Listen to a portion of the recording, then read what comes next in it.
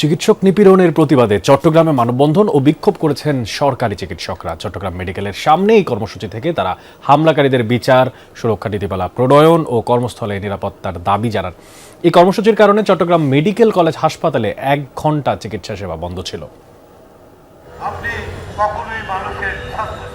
দুপুরে চট্টগ্রাম মেডিকেল কলেজের প্রধান ফটকে জড়ো হয়ে মানববন্ধন ও প্রতিবাদ সমাবেশ করেন চিকিৎসকরা।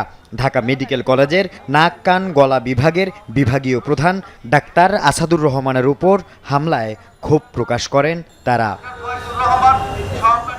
হামলাকারীদের চিহ্নিত করে দ্রুত গ্রেপ্তারের পাশাপাশি স্বাস্থ্য সুরক্ষা আইন প্রণয়নে সরকারের কার্যকর পদক্ষেপ কামনা করেন চিকিৎসকরা।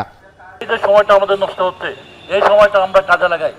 আমরা আমাদের ভবিষ্যৎ স্বাস্থ্য সুরক্ষা চাই। চিকিৎসা আইন এবং চিকিৎসক সুরক্ষা আইন দুইটাকে আলাদা আলাদাভাবে সংসদে উপস্থাপন করে পাস করার জন্য আমার আবেদন করেছে। শহরেই নিরাপদ না, সেখানে থানা ডিস্ট্রিক্ট লেভেলে তো আরও অনিরাপদ। তো সুতরাং ডাক্তারকে অনিরাপদ করে তো আপনি কখনোই ভালো সেবা পাবেন না। কিন্তু আমি তাদেরকে প্রশ্ন করি যে আপনাদেরকে যদি আমরা চিকিৎসা না দিয়ে ফিরিয়ে দিতাম, আপনারা কোথায় যেতেন?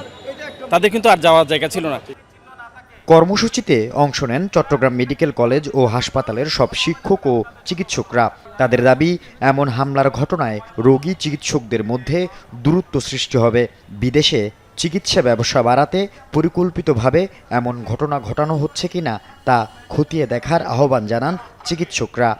যেভাবে করে ডাক্তারদেরকে হেয় প্রতিপন্ন করা হচ্ছে, তাহলে এখানে সূক্ষ্ম কোনো অভিসন্ধি সূক্ষ্ম কোনো উদ্দেশ্য আছে কিনা এটা চিন্তা করতে হবে। যাতে মানুষকে বিদেশমুখী করা যায়, তার একটা ষড়যন্ত্রের অংশ হিসাবে এই বাংলাদেশের বিভিন্ন চিকিৎসা প্রতিষ্ঠান এবং চিকিৎসক এবং বিভিন্ন স্বাস্থ্যকর্মীদের উপর ক্রমবর্ধমানে এই হামলা করা হচ্ছে। যদি আপনারা খুব ত্বরিতগতিত না করেন, তাহলে এই জায়গাগুলোর বিশৃঙ্খলাটা আরও তৈরি হবে।